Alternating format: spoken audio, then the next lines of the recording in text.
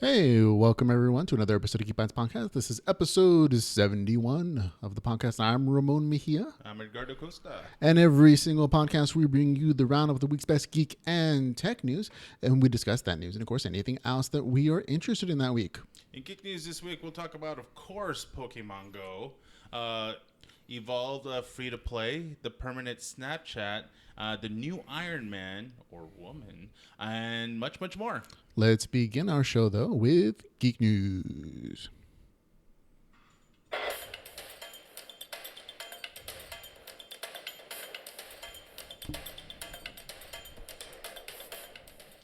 All right, unless you guys were living under the rock the past 24 hours, Pokemon Go. After a beta period starting in May, Pokemon Go, the augmented reality mobile game, has arrived on the Android and iOS app stores. The initial rollout began in New Zealand and will continue to different markets all over the next few days. The game was developed by Niantic Labs, a company spun off by Google in 2015. Police have posted signs outside their stations advising citizens that they do not have to come inside to catch the Pokemon found there.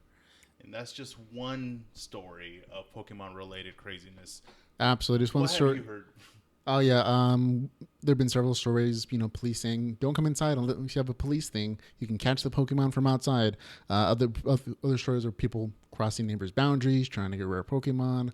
I think there was one person, at least one confirmed report of someone getting robbed for their phone because they wandered into the bad neighborhood looking for Pokemon. What about you? Well, once in a while, I gave in.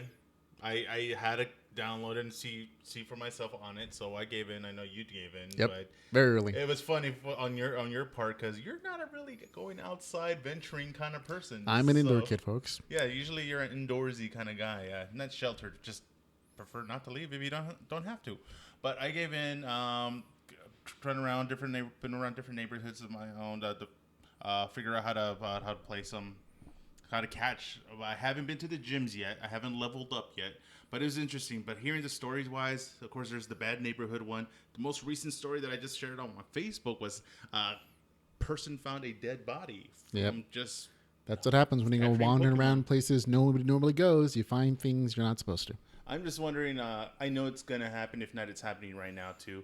There's probably some guys dressed up as Ash Ketchum and every morning for the last 2 mornings I had my Pokemon catching outfit. I had my cargo pants, my yellow shirt, my yellow themed hat. I went all out in the spirit of catching Pokemon. I got up bright and early, 7 a.m. before anybody else kind of bogged the servers down.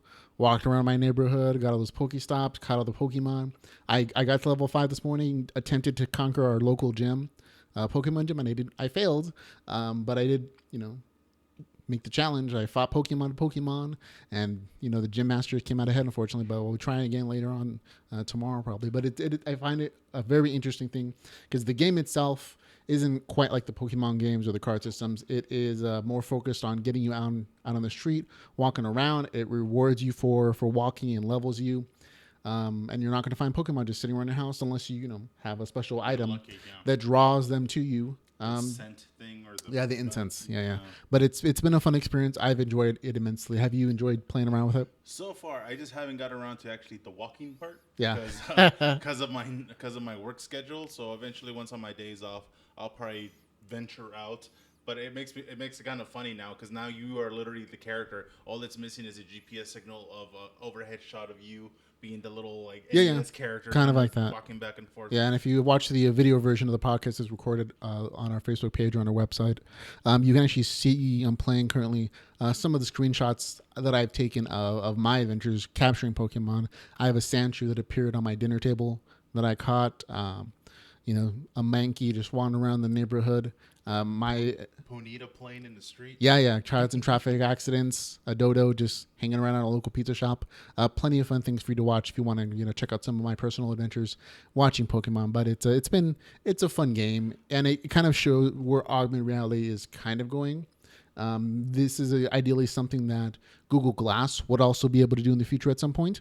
But it kind of shows possibilities, which I like. I say give it a go. If you haven't done it, download it at least for fun. I'm not sure how much space it will take on your phone, but if you don't like it, obviously it's as easy as deleting. So I say give it a go. It's fun. Gets you the chance to actually get out of the house, even though it's still summertime, kind of the heat. But hey, you might get lucky and actually mingle with other fellow Pokemon capture people and find out who's the creepier out of the two. Yeah, I know there are plenty of reports of people skipping out of work or just kind of going to the lunch break. Anyone within a certain age range, if I think about 25 to even 45, kind of grew up with those cartoons and that thing Game, of course. and the card game. So there's an audience that's willing to spend money on this, which is why, of course, they released in the first place. But moving on to some other gaming news, we have Evolve.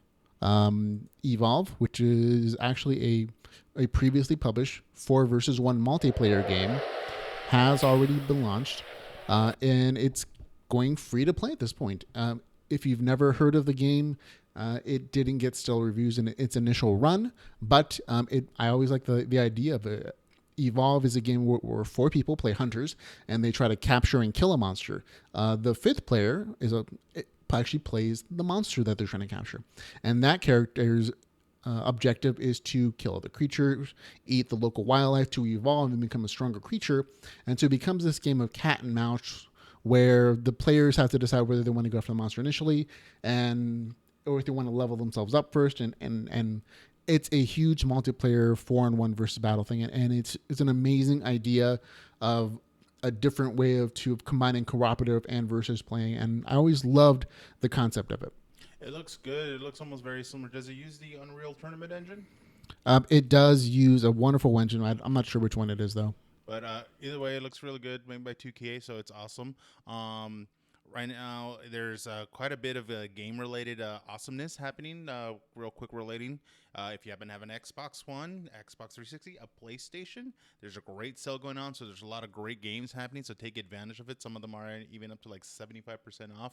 So take advantage. But this game looks great. I don't know if I saw it on there. Since it's just for PC, it's going to the console. It's on the consoles, but you do still have to pay for it on PS4 or the Xbox One. Mm-hmm. It's free to play on the PC though. So that's the plus. Those are the pluses for being a PC player, I guess. Yeah. But I want to check it out. It actually looks really good. The graphics are insane. It looks like it's not just a very basic, point shooter. The characters look amazing. The detail on it actually grabs my attention. I wouldn't mind picking it up to give it a whirl, if you will. Which is what the producers are hoping for, of course. Yeah. All right. Let's talk more app stuff. Snapchat, no longer Snappy. Snapchat has a new feature called Memories of the times that we once were. Memories. I don't know the rest of it. Okay. They'll let you save personal moments to Snapchat servers rather than your camera roll. If you choose to save a picture or video to Memories, you can find it later by swiping up from below the camera screen. You can search in Memories by keyword. Saved memories can be reshared in My Stories and will show up with a frame and timestamp to indicate it's an older pic or video. You can also create a new story to send to friends in a message. You can also move snaps and stories to My Eyes Only, protected by a pin.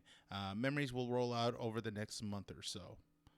So that's cool. A lot of times, that was kind of the purpose of Snapchat, just to kind of enjoy it, be of the moment, if you will. Then as soon as you're done, bye. And sometimes that's the bad part, because you might have recorded a really awesome moment that happened. Either somebody made that 3-point shot, the miracle, whatever, or even a celebrity run-in or whatnot. And since you weren't kind of allowed to save the video, things happen. It disappears, and that sucked. And there goes that awesome time we had. Oh, absolutely. Snapchat kind of fulfilled a role of where people were tired of everything always being on the internet for forever, and Snapchat kind of made a promise that you could be as free and expressive as you wanted, and you don't have to worry about it staying on their servers for forever.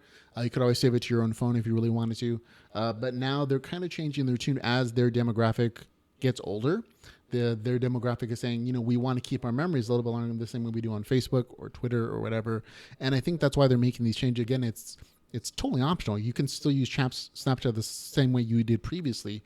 But if you want to save these memories, which kind of implies that they're being saved anyways, it's a press of a button. So I think it's a great option that could broaden the base for Snapchat.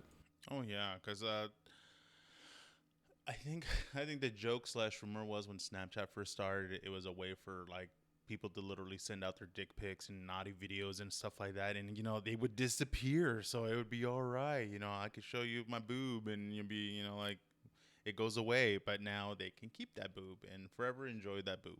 I hate to tell you, they could always keep your boob pictures. That's true. There's there are probably some of me floating around somewhere with me topless, showing off my knife rack. I'm surprised I have a shirt on right now.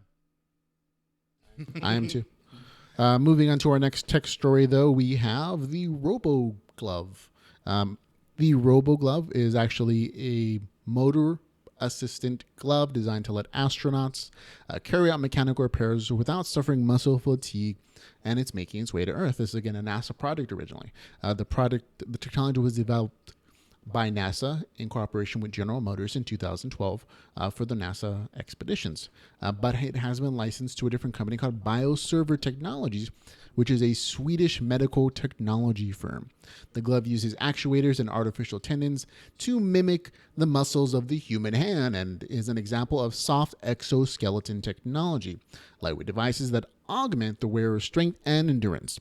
Bioserver Technologies will combine the Robo Glove with its own grip-assisted system. The end product could really be used in a number of markets, from medical rehabilitation to manufacturing. GM actually says that they're testing out the product in the United States plant this year. So I think this is a very interesting concept. It's a type of, it almost looks like that Iron Man glove to me. I was going to go, other than missing the top part, almost like a modernized version of the Nintendo Power Glove. Minus the keypad and all that stuff. I had the Power Glove when I was little. I bought a really bad, I think I bought it like a yard sale or something for some apparently. They decided to sell it. And until I took it home and realized it didn't really work. I was like, doing all the gestures and didn't work. But it worked as a control pad, so it kind of defeated the purpose. But yeah, it reminds me just like the Nintendo Power Glove. It's pretty cool. They've done certain things like kind of like, it reminds me almost like a motion capture suit. So every time you move your digits or whatnot, it would, on a robot, it would simulate the same thing. I've seen similar versions also for like animatronics, for like when they do characters. So like anything that I do, it would copy the same movements. So it's in the same route. It's in the same world and everything. It's just going to be cooler. I can't wait to see what else the rest of the outfit. Yeah. I'm waiting for the full mechanized suit where you can lift 2 or 3 times your weight. Mm-hmm. You're bulletproof. You're basically version 1 of Iron Man. I think that's what this kind of technology is going to be leading to. These enhanced suits where you can just wear them and you can do a bunch of stuff that you never could in your regular skin. Oh yeah, it's going to be cool. I can't wait. Me neither. Breathalyzer cancer detector. I like it. Alstone, a British company, has developed a breathalyzer-like device that believe can help detect lung cancer. It analyzes a person's exhales and looks for a chemical markers that indicates lung cancer. Alstone says their device is 100 times cheaper and smaller than existing detecting systems. This device is currently being tested in 17 hospitals in England. Yeah, this is an absolutely wonderful idea, and again, it's being tested currently, so it's still kind of in beta. But if it proves to be very successful and useful and accurate, I see this type of thing actually being used by people like police officers, EMTs. I love the idea of the fact that you can basically be pulled over for drunk driving, and at the same time they're testing your blood alcohol level with the same breath, they can test if you're getting lung cancer. I think it's going to obviously pick up a little bit more when it comes to smokers because of course, smoking. But it kind of beats the, I don't know if it would beat it, but, I've heard of those cancer sniffing dogs. The ones that can sniff your butt and see if you have rectal cancer? Yeah. Hey, they're trained. They're trained and licensed, and that's what you need to worry about, folks. So, but, hey, I wouldn't mind breathing down breathalyzer to give me a chance of finding out that way you could catch it early, because that's the main thing with a lot of cancers, catching it early, because a lot of people, you wait till it's too late, then you got to go through all that process, the chemo, the everything, the struggles of having cancer. But hey man, any earlier detection the better. I think it's better for the whole world. Nope, absolutely. And that's one of the things that the video we're currently watching on a recorded version is kind of pointing out, is that a lot of times doctors can't tell from an X-ray until it's already progressed into middle or late stage, lung cancer. So if they can just do a quick, 2-minute test with the breathalyzer device and detect the early particles of lung cancer, even if most of these, signals are incorrect, the fact that you can at least get a good percentage of them correct, that'll save a lot of people's lives. Bring it. I love medical technology. Bring it all. Bring it on. Now, speaking of some other really great and interesting types of futuristic things coming in the world, we're going to move into comic books. The Iron Man suit is changing hands. No longer will Tony Stark be wearing the Iron Man suit. Instead, we're going to be getting a new Iron person dude. Later this year, there's a new Iron Man coming to the Marvel Universe. Marvel has revealed it is relaunching the Invincible Iron Man series as part of its newest Marvel Now initiative, which will cast Tony Stark out of his familiar role as the Armored Avenger. In his place will be Riri Williams, a recently introduced 15-year-old black girl and MIT student who fans assumed would become the new War Machine. Instead, she's taking the spotlight position. So I'm looking at just some of the pictures that they showed, the cover art for the latest issue of the Invincible Iron Man. This looks like a really interesting twist. I mean, I'm not sure where it's going to go story-wise, but I think it's a nice initiative on Marvel's part to include more diversity. I wouldn't mind it, of course, being its own storyline, but yeah, to me, Tony Stark will always be Iron Man. Honestly, when I looked at the picture, I'm like, is Beyonce gonna be Iron Man? Because she, I know she's 15 and all that, but I dig her. I love her hair. The only part that I found funny because I saw the little video on the story on him, excuse me, written by a white man.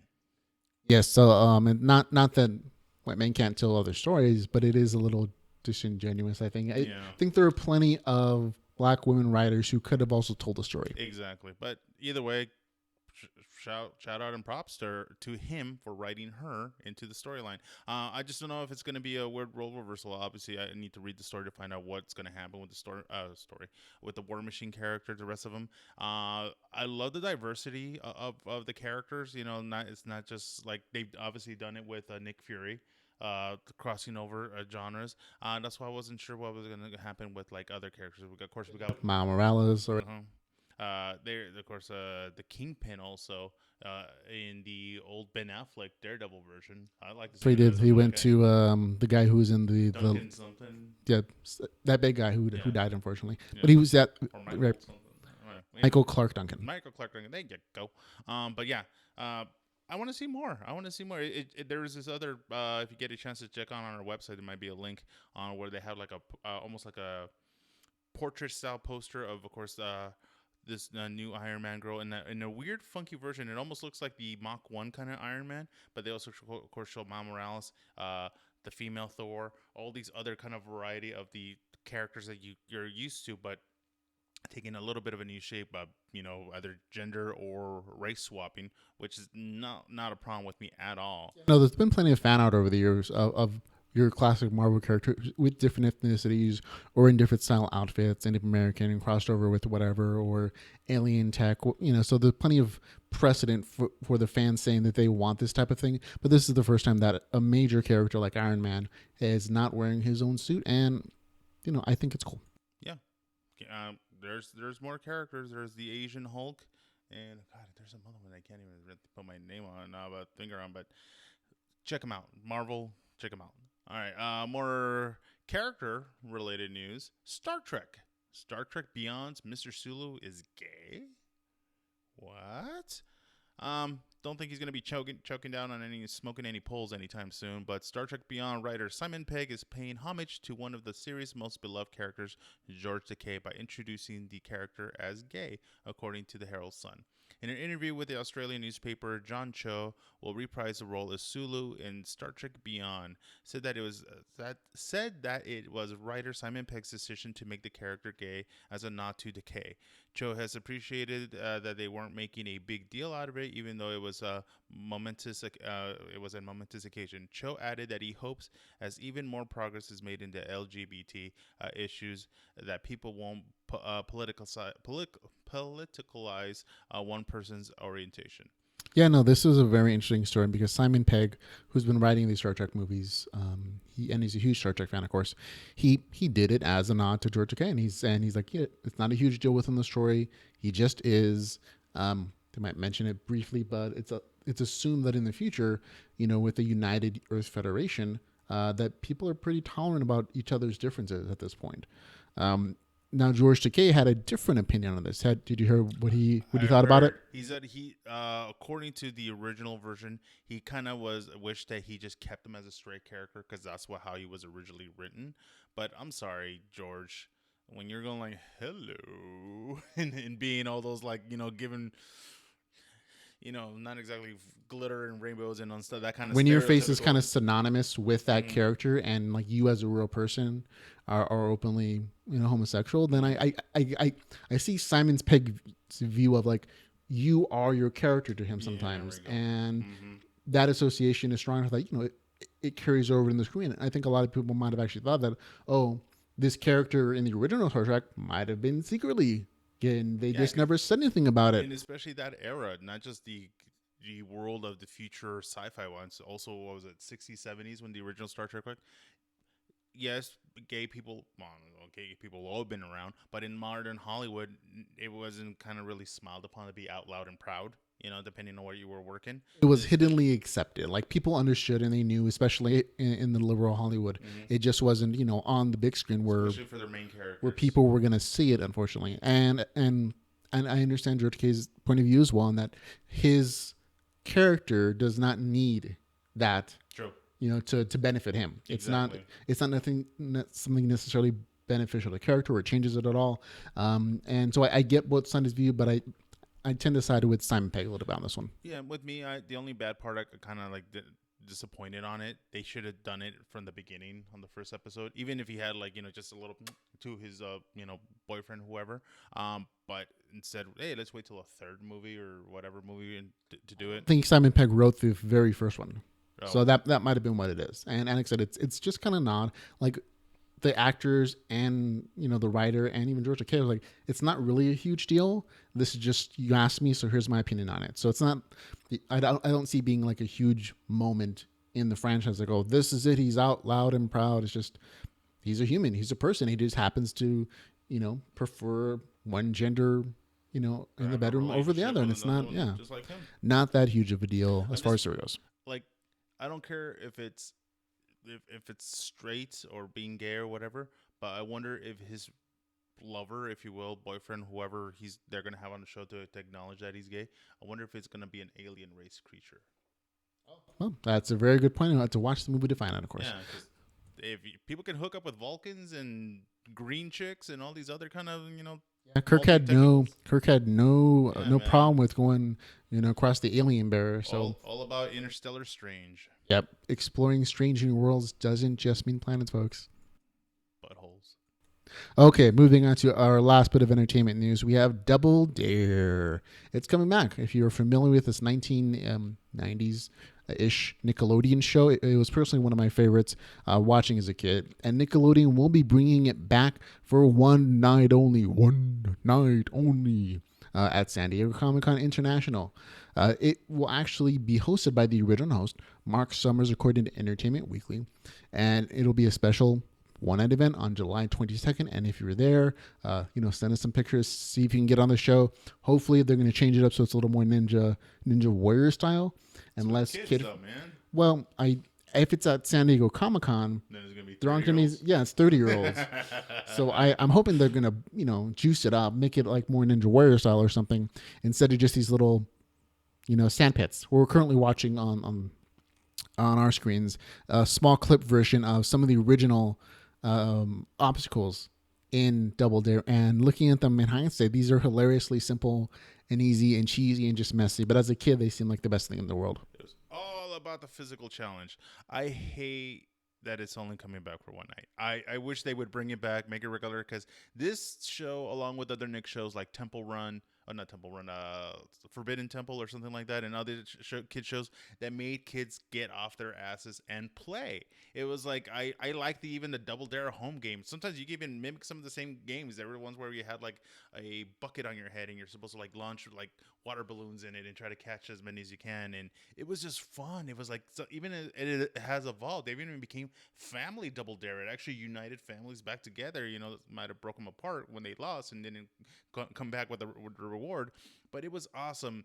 It was an excuse for kids to get messy, to answer trivia questions. I remember even they had even a guest celebrities on Double Dare. I remember when they had professional wrestlers and kids together. I'm like, oh my god, to be with a wrestler playing Double Dare, it was like a fantasy camp. It was like, oh man, just take me now. I'm like enjoying. And speaking this. of fantasy, I always want to go on the show just to win that summer trip to space camp as a kid. That was my Space camp. Space camp was awesome. That was my dream as a child, and I was always sad that I was never able to go. But that was one of the prizes that kind of made me love it. Like, oh, if I happen to go on there and win all these goofy prizes, and I could go to space camp, but it was. Yeah. It's a thing of like nostalgia. I don't see this kind of thing working on modern television. Kids are just a little bit too jaded. You could revamp it, make it a little more Ninja Warrior style for kids. I see that working, but just like a direct interpretation of what we're watching currently, these things seem silly, but by those standards back in the past, it was amazing and it was innovative and it was new, and it kind of leads into other amazing game shows like, of course, Ninja Warrior or things like that, or any of the what do you call them, the Asian related kind of game shows. They kind of still do that right now, but it's just not as that version of a gross factor. There was Fear Factor for, I think, family, where they had kids eating bugs and such like that, and they try to bring back some similar related shows, but they were more off brands of the adult version. Like they've had like kiddie versions of was it the island one, Survivor? They have the kiddie version of Survivor, but it was very timid, very watered down. The other kid game show host that I could remember other than Mark Summers was JD Roth. JD Roth as Funhouse. Oh my god, I wanted to go on that show so much. But yeah, I wish they bring it back, make it a regular thing, because Nickelodeon's not what it used to be anymore. Even the original Nickelodeon studios in Orlando, it's tore down. It's pretty much just a shell of a skeleton of what it used to be. There's still a time capsule, if you could look it up on YouTube, of Nickelodeon with Joey Lawrence from Blossom at the time, where they buried. He's still alive. He's still around, but all the stuff that's in there. I saw the show. It's actually about that time they should dig it up, but it's a matter of if they're going to do it or not. Yep, absolutely. Again, Nickelodeon was a thing of our childhood. It still exists, but it's not the same. Obviously, they've matured a little bit, got more money for actual shows instead of these inexpensive, live audience game shows type of thing. So I see that they know their audience a little bit better, and their audience is dropped down quite a bit as far as like their demographic age range. But again, this is something you can see if you're going to go to San Diego Comic-Con. Let us know, folks, if you're listening or watching. Shoot us an email at feedback@geekbytespodcast.com. We love to hire you to take a few pictures at San Diego Comic-Con for us. It'd be wonderful. But that's going to be it for the show this week for Geek Bytes Podcast. Of course, if you want to support us, you can find out all the ways to do so at geekbytespodcast.com/support. Absolutely. Now, thanks again for watching, and for all the folks who are watching the show live on Facebook, we appreciate you joining us. Jesse Venezuela, Hans Lima. Pedro Olvera, Bob Cook. You can say some more if you want. Yeah, Molina and all those awesome friends and family members, thank you so much for tuning in. Please help a brother out, if you will. Go to geekbytespodcast.com/support. Toss out a couple shekels, man, a penny, $1. We can give you a shout out both on the website and, of course, on the podcast itself. So anything will help us out. We're actually going to be crossing fingers. It's July right now. Hopefully, with any luck, we might go to, at least for a day, to the Palm Springs Comic-Con, and we'll, of course, take pictures, all that stuff, and we'll see how it turns out. Absolutely. Of course, don't forget Jerry. He was in very early on the show, man, so I don't want to forget you. But thanks for watching, everybody. For Geek Bytes Podcast, I'm Ramon Mejia. I'm Edgar Acosta. No, don't forget to go geek out about something.